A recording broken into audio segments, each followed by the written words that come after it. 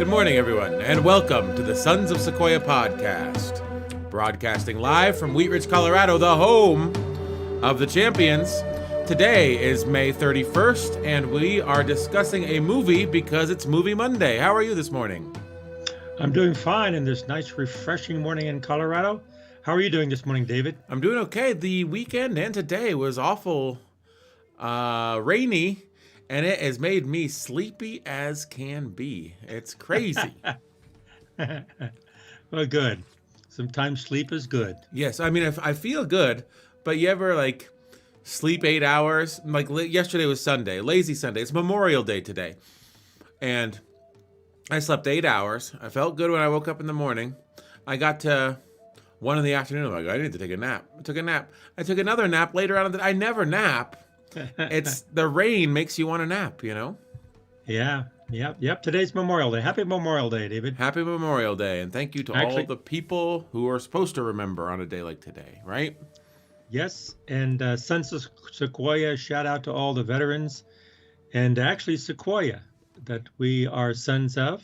He was a veteran, and he was in World War II. And he was in 3 invasions in Sicily and 2 in Italy. And so shout out to all the veterans.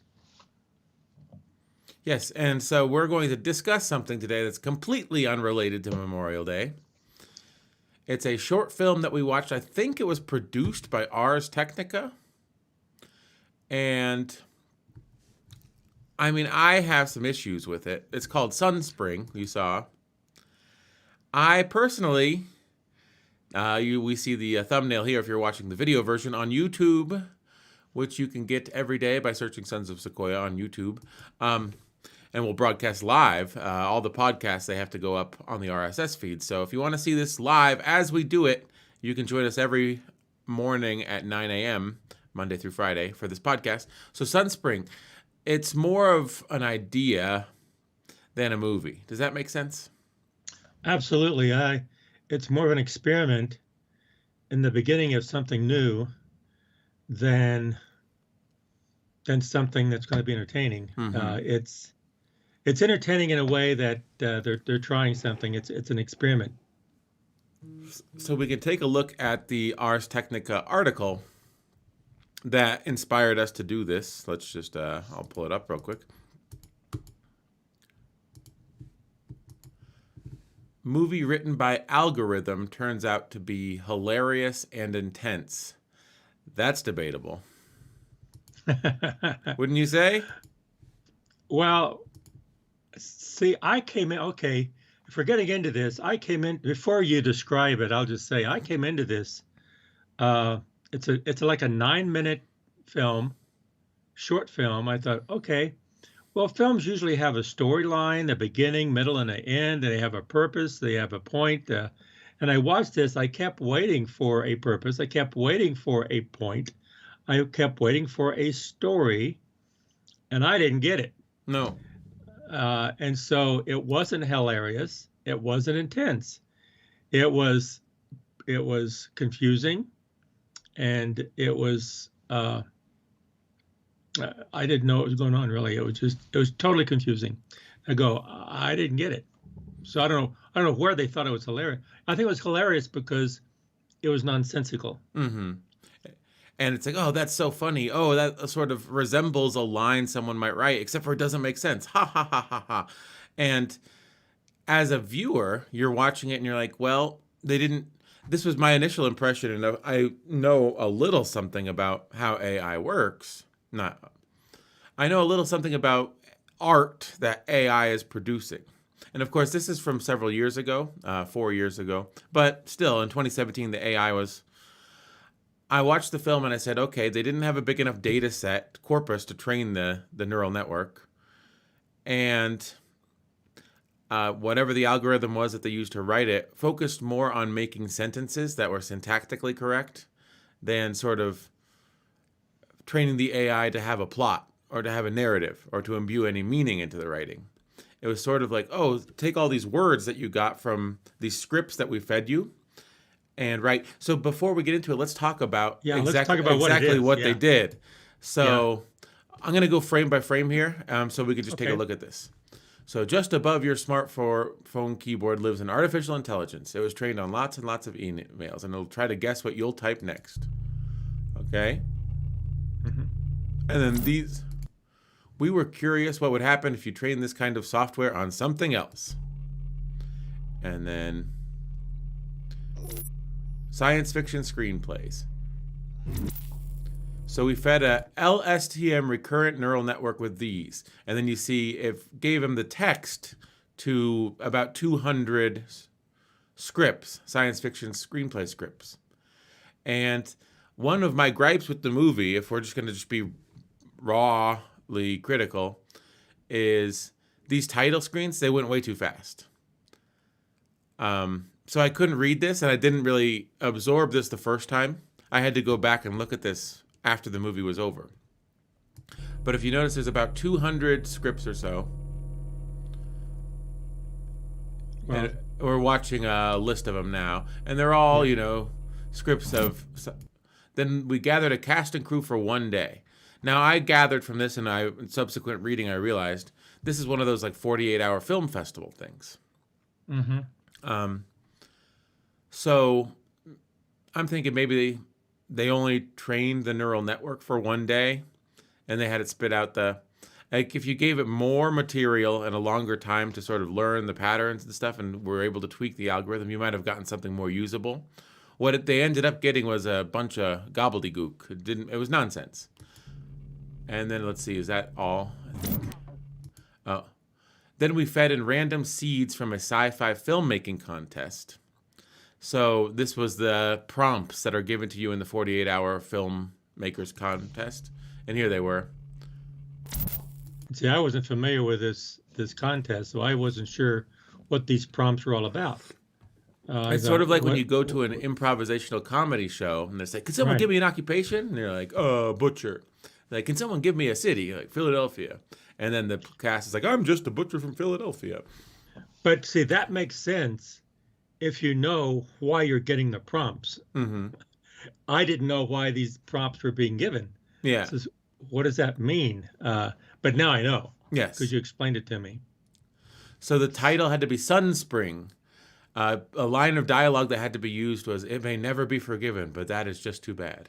A prop and an action was a character pulls a book from a shelf, flips through it, and puts it back. Optional science idea was, in a future with mass unemployment, young people are forced to sell blood. Now, if a human was writing a screenplay for this, they would put all of these together and try to make some type of a coherent storyline and something that may be science fiction, but we have these characters moving through, and there's reasons for saying each one of the dialogue. There's a reason for bringing the book off the shelf and putting it back. There's a reason for the mass unemployment. So a human would try to think of reasons of why that's true. Yes. Like when it's like, incorporate the line, in the film. "It may never be forgiven, but that is just too bad." You imagine one of your characters has done something, or someone off screen has done something that needs to be forgiven, and that they won't be forgiven for, and how that's just life. And you sort of think, what are those things? How do you incorporate that line of dialogue? "It may never be forgiven, but that is just too bad." Something has happened that requires forgiveness, but it won't receive that forgiveness. So you're thinking, AI doesn't think like that, especially this AI. Right. This AI was just like, okay, we're going to shoehorn that in with a bunch of other random sentences that I've composed. But if a human was doing that, they would try to set it up to where they're, like you said, they're setting it up to once you said that, it made sense in the storyline. But what we heard was just randomly that sentence was said because it's in the script. Yeah. Oh, and then let's see. There's one more thing that we'll show here. And then this is the script that popped out. Yeah. Then they turned it on, and then it started putting all these things together. And there it is. Yeah. So right now on screen you can't read it, but there's the lines. And I think, and I was telling you last night, if we take a bigger look at this, So the first line is, in a future with mass unemployment, young people are forced to sell blood. That's the first thing I can do. So it's interesting that it took one of the prompts, and that was the first thing it horned in, because it's Yeah. like, okay, this is a requirement. It's like, well, let's get it out of the way. So it came up with two characters called H, and the screenplay writers added the name H2 to one of the characters because it was too confusing. And the article, the Ars Technica article, and Ars Technica was responsible for this, so thank you for giving us a piece of content to talk about today, said the AI couldn't figure out proper names because they're too varied, which seems like, well, it's not a very smart AI at that point. Well, I think what they're trying to do is AI is trying to pull a character from their all the material that they had, right? Mm-hmm. And they wouldn't know which character would say this, so they just said H. H, yeah. So, I mean, we can read a little bit of the dialogue. I don't want to play too much of the movie. You should watch it, but it's like, you should see the boys and shut up. I was the one who was going to be 100 years old. I saw him again, the way you were sent to me. That was a big, honest idea. I am not a bright light. Well, I have to go to the skull. I don't know. And there's a lot of I don't know. And I think that, what do you mean? I don't know anything about any of this. Then what? There's no answer. We're going to see the money. So they mentioned this in the article as well, how a lot of sci-fi movies, there's a lot of searching in the world and saying, like, I don't know what's going on, trying to understand your surroundings. So if we take a look at the script, I don't know is in the beginning. I don't know he is here on the second column. I don't know is here. So I think that they see the words I don't know a lot in sci-fi scripts. Oh, didn't have the I don't know. And so that played in the AI's determination of what is a sci-fi. It's like, oh, it's the word I don't know being said over and over again. Yeah. Because it was just doing, like, run the numbers on what phrases get used the most. And then, sort of plug those into a script in random fashion. It's not like they're being used for any effect. And I think well that's the key, that it does it's true. A lot of sci-fi say I don't know. That's true, mm-hmm. and that's true. But I think you hit the nail on the head. It's that it's not just there to be there. It's there for some kind of effect, and there is some kind of a reason why it's there in the material. And AI didn't do that. Yes. So, I mean, it's just, and so I think we can get into, they trained the neural network, and they had it spit out this script, and then they shot it, and they shot it with Hollywood actors, Thomas Middleditch from Silicon Valley, other people. There were 3 actors, and it did well in the film festival. And I was saying this yesterday, one of the reasons it did well, and I'll pull back up the movie, and you won't be able to see this on podcast, but the shots, we're looking at one of the shots now, they're cinematic. Yeah, they're very good. The film is lit well. The sound, you can understand all the dialogue. There's a little bit of sound design. Everyone's wearing costumes. And I think that at a 48-hour film festival, and this is not to rag on any independent filmmakers, but the level of competence displayed in the filmmaking, regardless of the script, was probably a level above a lot of the entrants. You'll get stuff that's filmed on cell phones. The sound, you can barely make out the dialogue. There's no music or sound design. This had all of that stuff. It was a real team sort of putting together a 9-minute film. And the only thing that AI had to do with it was the script. So you could take a look at this, and there's a special effects shot later. Here he is. There it is, yeah. Where he's in the stars. Yeah. And he's under a table, yeah.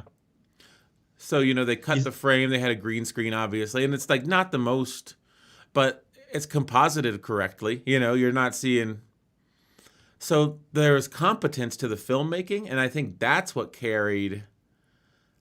That's what carried people. Oh, it was interesting. Didn't make any sense, but something's going on. I think that does a lot to go a long way in a 48-hour film festival when a lot of the people participating, God bless them, but they'll be incompetent at filmmaking. And the team that made this movie, look at this shot. It's well lit. Yeah, the background is the lighting is subtle, the subject is lit up, and so it is produced. Mm-hmm. And I wouldn't use the word incompetent. I would say they didn't have the same amount of expertise or ability or technology at hand as Yeah. they did. Mm-hmm. They brought to the game a lot more resources than a lot of the filmmakers Yeah. made. Other filmmakers are very creative, but they didn't have the resources. So I think they finished in the top 10. I forget exactly how it played out, but they were like, oh, there was over 200 entrants and we got top 10. And it's like, I would hate to see 200 through, or whatever, 11 through 200. Because Yeah, this film wasn't very good good. point. Good point, David. Can you imagine watching that many? Mm-hmm. And this is sort of a Mount Everest situation, like because it's something that's never been done before. And it's a 48-hour film festival. It's not like we're putting $100 million into an AI movie. We're filming over the course of one day. The special effect shots, even though they're not $1 million shots. It's like a green screen and stock star background. So I think what they did was, But the three actors were very good. yeah. I thought they were excellent. Well, I thought, they're professional actors. and it showed. Those actors were very. What were they? Oh, I have it pulled up here. Let's see here. Thomas Middleditch. Thomas Middleditch, Elizabeth Gray, and Humphrey Kerr. They were great. Mm-hmm. They were very good. They did a very good job. Yeah, and so, but the only thing that didn't, and the production was extremely good. The actors did a good job with the script. The script was just really went nowhere. Yeah. Which is a very good point. Very good point. When you have a good film, what is the necessary elements of a good film? It's a good script. Yeah. Although, you can sort of polish a turd. And if people aren't paying attention, they're like, oh, yeah, I remember that one. It was competently done. It didn't make any sense to me, but it's better than this one about, aliens from the planet Zargon where everyone's wearing rubber masks. And so it'll get 10th in the film festival because it's like, oh, yeah, I remember that one. It was well lit and well acted. I see that with music a lot. You'll write a song and the song doesn't have any meaning, but it sounds nice. So, Well, then people like it because of the music. yeah, it's true. So I think it's possible for people to like film because of the lighting and That's right. the dialogue sounds good and there's sound design. There's, if we listen, you won't be able to hear it, but I don't know. I'll just choose a random shot. If you listen, it's scored. I can share real quick the sound. Yeah, why couldn't we share this on YouTube? Because whenever we share stuff that's copywritten, but I'll just play just a few shots and you'll hear there's a score in the background. And it sort of adds to the emotion of the script, like dung, ominous tones being played, in the whole notes and chords. That does a lot for emotion that a script doesn't do. So it's like if you're saying these lines, but you're getting a minor chord, a dun, you're being told to feel a certain way about these lines. Mm-hmm. The guy was trying to stop me. He was like a baby, and he was gone. I was worried about him. And even if he would have done it all, he couldn't come anymore. I didn't mean to be a virgin. I mean, he was weak. I thought I'd change my mind. Okay, that's enough of that. It's a bunch of nonsense. But you get the idea, right? But what's her name? Elizabeth Gray. Very dramatic. Yeah. Very dramatic. It was very well presented. She's very good. Now, is that going to take us down, you think? What? I hope not. I just get upset when they take us down because we play 2 seconds of a trailer, and it's like, we're talking about your little movie. We're bringing notoriety to it. We're not trying to steal it. You know what I mean? Even though Yeah. we're being relatively critical of this. Now, here's the knock on us for what we've said so far. This was, like you said, not really, they're not trying to win an Oscar. They're trying to do something that's never been done. And they did it. They had an AI spit out a script. They got together actors and sets and costumes and lighting people and sound people. And they filmed over the course of a day. And they made the first movie written by an AI. And I think they deserve kudos for that. That's right. That's right. And so they made it happen. Mm-hmm. And you know, when you think about this, when you step back and think not what they did, but the whole big picture of actually doing this with artificial intelligence and neural networks on creating a script with characters and putting it together, what was missing was the human touch. And I think there's a lot to be drawn from that. In artificial intelligence, you can design something and forget to put things in because we're humans, we make mistakes. But you don't want to, and I've mentioned this before, not in this podcast, but in other places.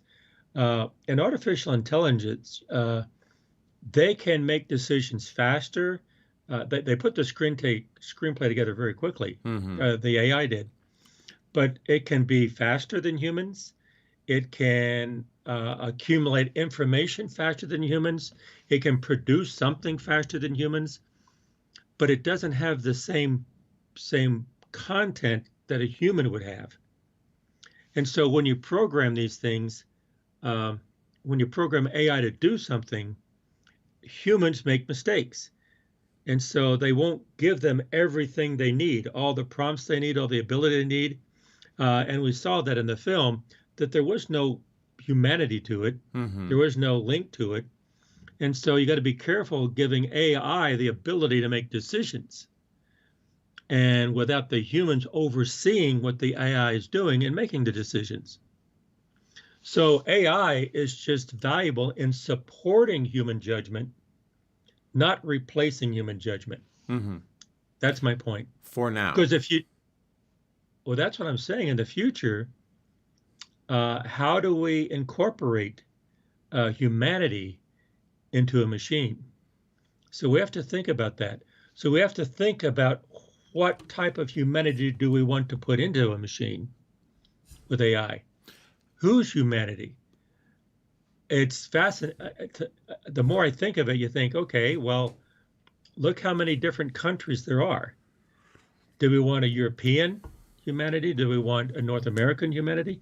Do we want an Asian humanity, an African humanity, an Australian? Each one is a little bit different. Mm-hmm. And so, or do we have checks and balances so an AI can't have total control?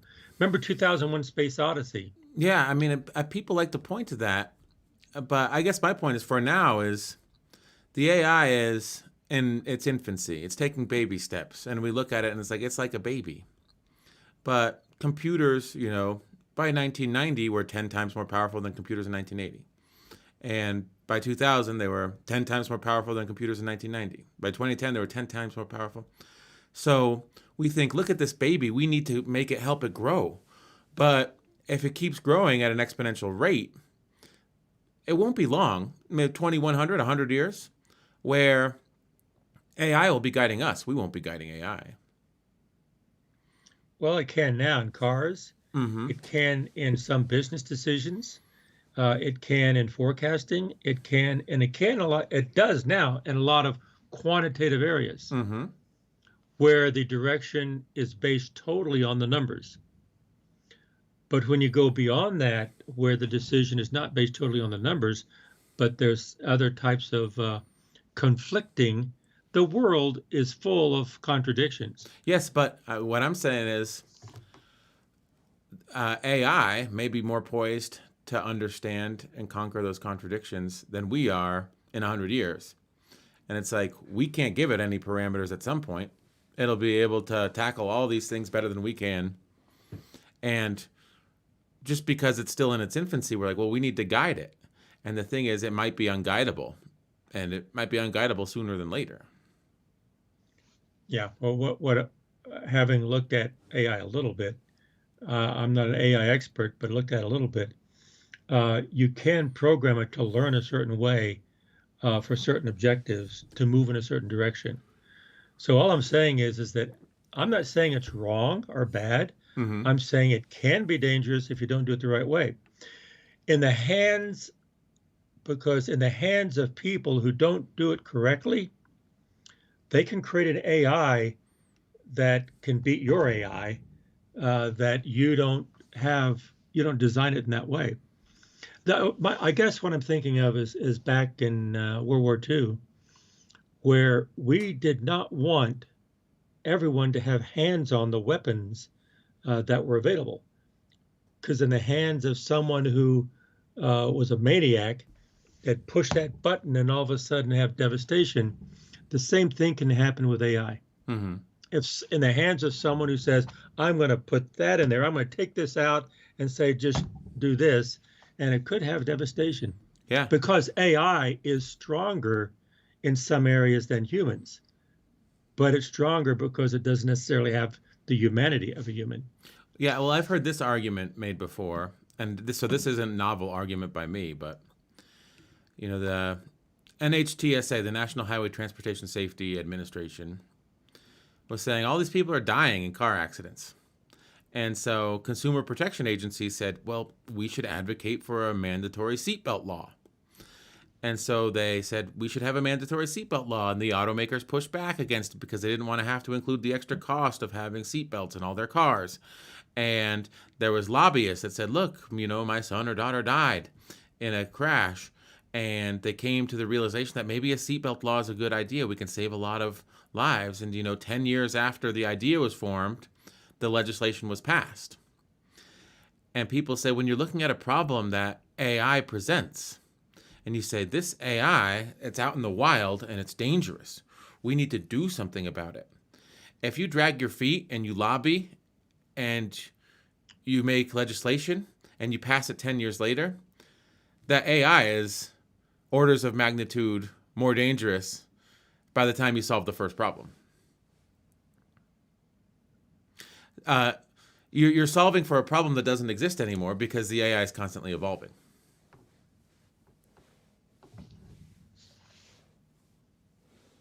I didn't totally follow your logic there. Okay, so let's say that a car crash, in 1955, cars drove about 60 miles an hour, and crashes killed about 20% of people because there were no seatbelts.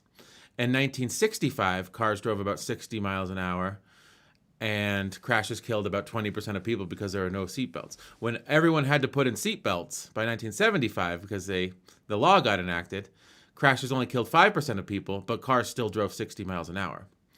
Now, if you take that analogy and the AI is driving 60 miles an hour and crashes kill 20% of the people, by the time you enact the legislation 10 years later, the cars are driving 6 million miles an hour and killing 99% of the people.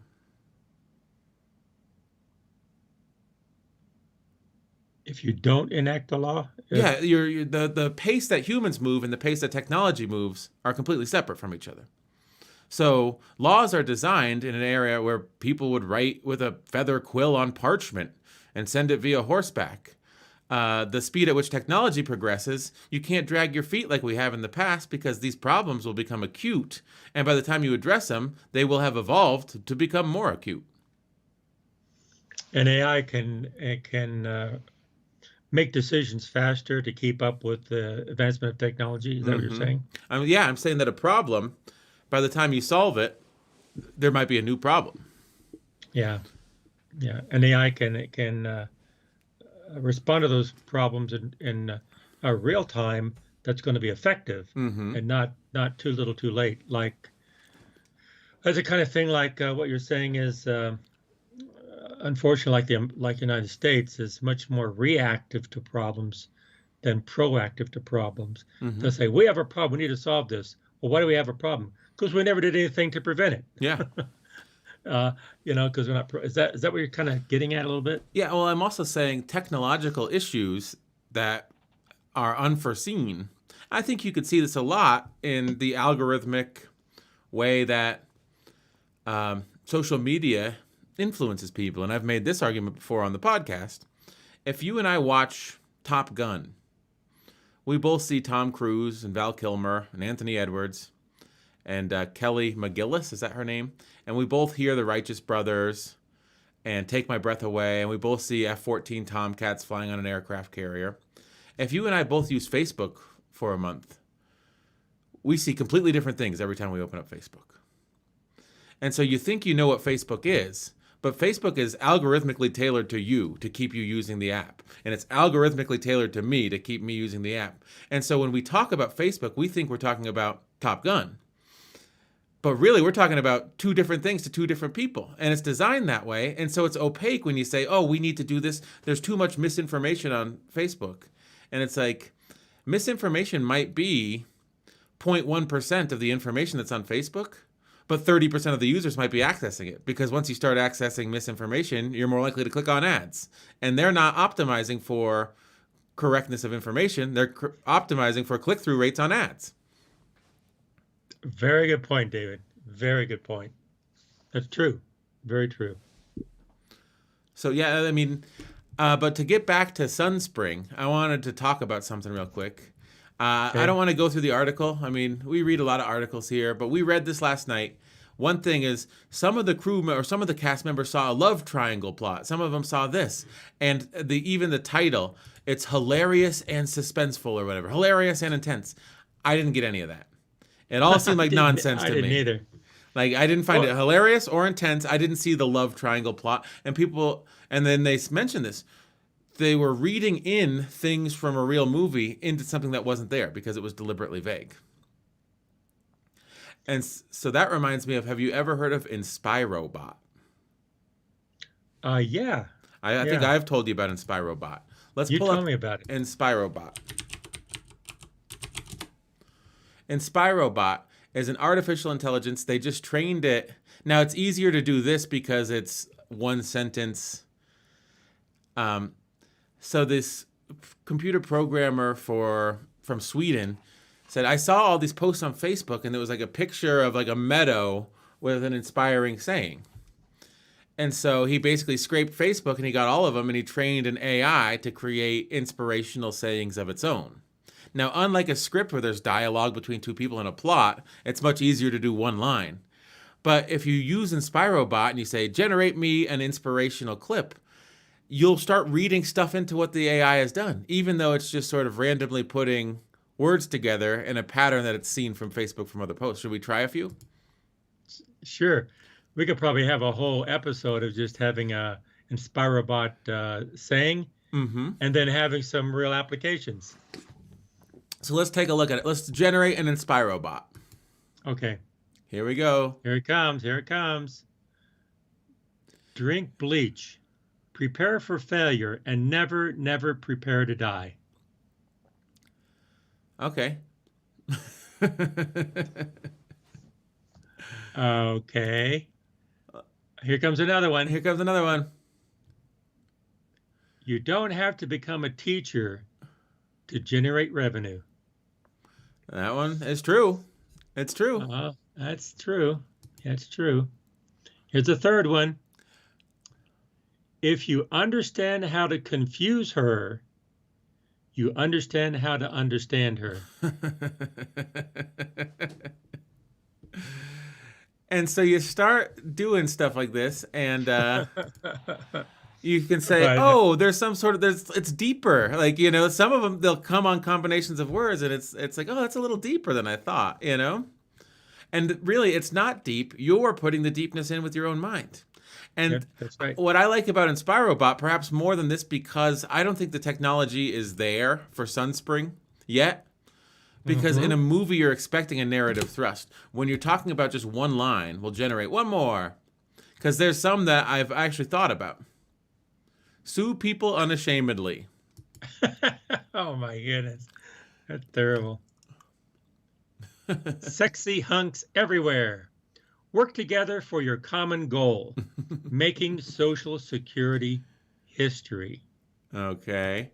I want to find one that's sort of like, always examine the ignorance of your own body. There's one. One what? Like, it's like, oh yeah, like there's things that I don't know, there's things that I haven't explored, there's things that my body and mind haven't. And so like by examining your own ignorance, whether it's body or mind, you could grow. You could use that as like a touchstone. But really, it was just putting random words together. Yeah. Well, it's a good contrast, David, because the InspiroBot, they put words together and then you build a narrative around it. Mm-hmm. But then the AI in the Sunshine or whatever it is, Sunspring. Sunspring, they had random words, but there was no context because you're expecting the movie to do that and didn't do it. Mm-hmm. Now, here's my question, though, with InspiroBot, because I have used it and said, oh, that's kind of, in its way, or in my interpretation, profound. And we didn't get any good ones today in the 5 or 6 we did. But Some good ones. It's not profound. It's random putting together of a sentence using an AI, and you're adding the profundity to it with your thinking. Now, how often does that happen with art that you've seen that's created by humans? Same. Yeah. Same. I think it Very happens same. a lot. You start saying, or if someone tells you, like, oh, this piece of music or this piece of art is a masterpiece, and you look at it and you're like, I don't know, but let me pretend like it is because everyone else says it is. Yeah, And to you it is, yeah. If you're honest. yeah, I think that Well, that's. Do you remember the first thing I said once that movie was over last night? Because I didn't expect what I was going to see. Do you remember the first thing I said? No. I don't get it. Yeah. I don't get it. So, people don't want to say they don't get it, especially in art. They go, "Oh yeah," and they'll make something up. Uh-huh. To throw some words, almost like an InspiroBot, throw some words together and then the listener, your words and that art, which you didn't really get, but you said some words, and so the listener starts somehow putting them together. Mm-hmm. I noticed that a lot. It reminds me of a great South Park episode. Matt Parker and Trey Stone. Scrody McBoogerballs. Okay. Oh my goodness. The Tale of Scrody McBoogerballs. Second episode of the 14th season. The 4 boys, Kyle, Stan, Kenny, and Cartman, they write a vulgar book called Scrody McBoogerballs. And they want it to get banned because they've learned about banned books. But when Stan's parents discover the manuscript, the boys say that Butters, he's like the foil, he's the nice guy that they always blame everything on, wrote it. And then they get enraged when people read it and hail it as a literary masterpiece. Oh, that's brilliant. That's brilliant. Yeah, and it's sort of like a play on Catcher in the Rye, because Catcher in the Rye got, and so Butters, he writes his own novel because Scrody McBoogerballs becomes a literary masterpiece called The Poop That Took a Pee.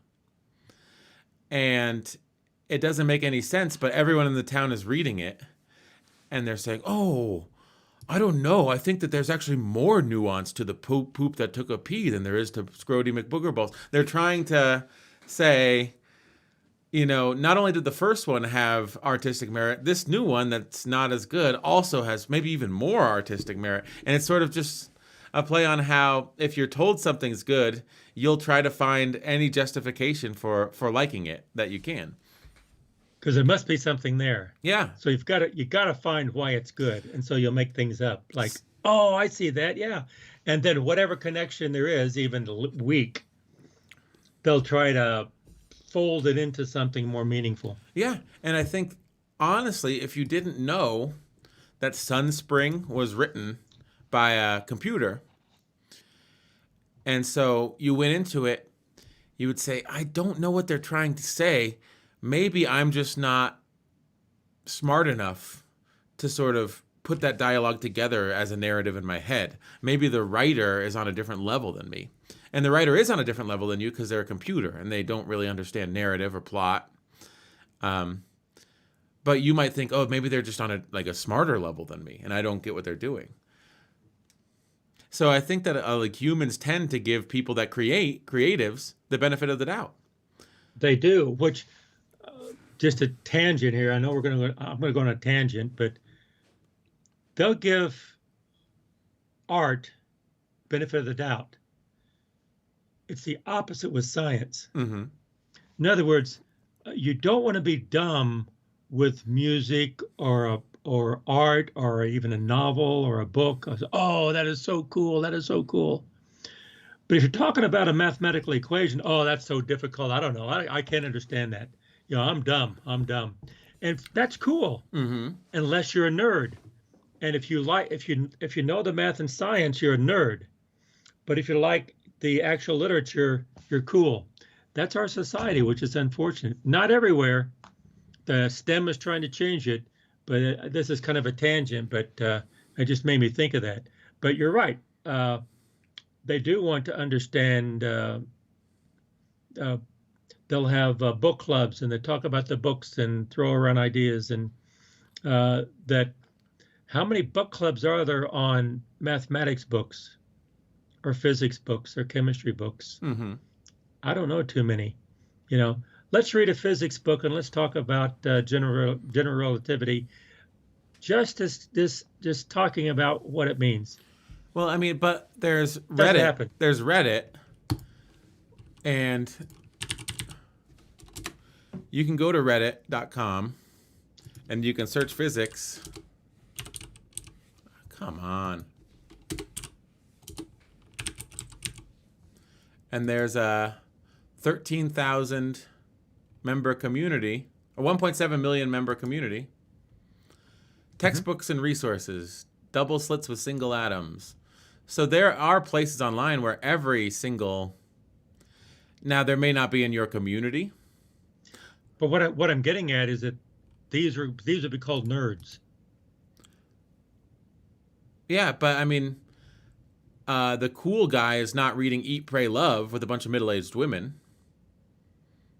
You know what I'm saying? Like, so a book club isn't necessarily for non-nerds. No, the cool guy would know all the different songs or Star Wars, and they know. See, but in 20 years ago, the person that knew Star Wars lore would be a nerd.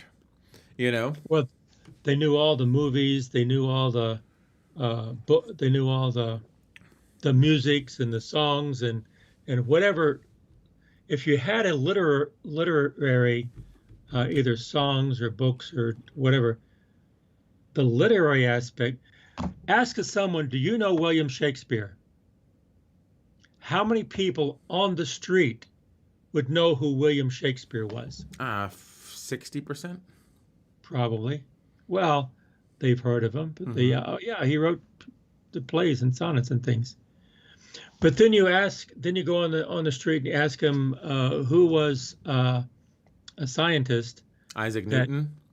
I mean, Isaac Newton's the analog to William Shakespeare. And Isaac Newton, yeah. And it probably would be less. 10% maybe. And what did he do? Oh, what did William Shakespeare do? Oh, he wrote plays. Romeo and Juliet, Hamlet. Yeah. What did Isaac Newton write? What did he do? Calculus, gravity theory, color theory. How many people would know A and how many people know B? Well, that's what I'm getting. I think that sounds like an experiment you can do. I think that's a really good experiment. Maybe we should do that, David. Maybe when you retire and you launch your YouTube channel, you can do Man on the Street. And actually interview him. Will you be my cameraman, I'll David? be your camera. I'll run sound and video for you. Sound and video. Says, could I ask you questions? We're doing a video. You know, who was William Shakespeare? And what did he do? Who was Isaac Newton? And what did he do? Who was Galileo? And what did he do? You know? Mm-hmm. Who was Harper Lee? And what did she write? Yeah, that'd be great. But anyway, again, we're getting off a little bit tangent, but that's what we do here. Mm-hmm. I was listening to NPR about podcasts, and I think it was the guy that started Anchor. Have you ever heard of Anchor? No.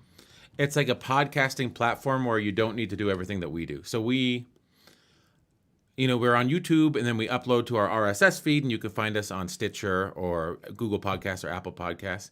Now, he's developed a one-stop shop. You just absorb the content through his app, Anchor, and then you don't have to do it does a lot of the work for you that we do to get this Yeah. published.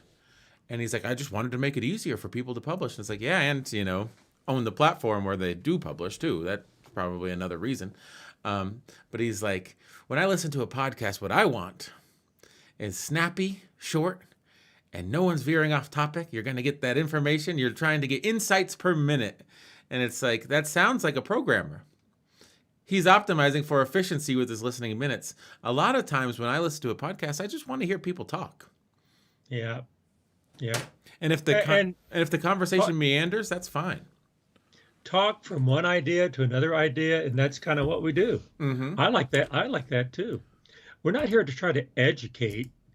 We're here just to talk and to understand what the other person is saying, and try to understand what these people were doing.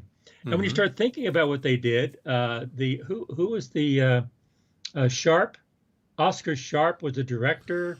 Ross Goodwin had the AI. What they did, it was fascinating. It is, there they are. Director Oscar Sharp, and then Sharp's longtime collaborator Ross Goodwin is an AI researcher at New York University. What they put together is kind of like the beginning, maybe, of a revolution. I think it's a long time coming, but they finally took that step. Mm-hmm. That small step for man. What's the saying? Small step for man. Giant leap for mankind. Yeah. Giant leap for computer kind. I'm not saying this is exactly the same, but it is a step in a direction of AI that can be done. And who knows what the spin-offs of this could be. Mm-hmm. They're trying to write a screenplay.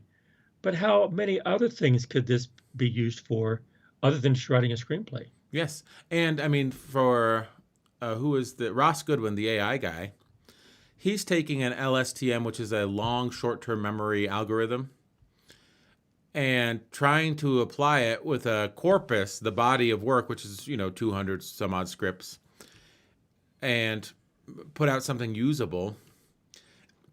And you say, well, my phone does something like that. And they say that even at the beginning, your phone predicts text. Well, Google, their corpus, or Apple, their corpus, is everything everyone's ever said into their phone. And that is the equivalent to millions and millions and millions of novels. Of course, it's always like, turn on my flashlight or set timer for 10 minutes. It's never...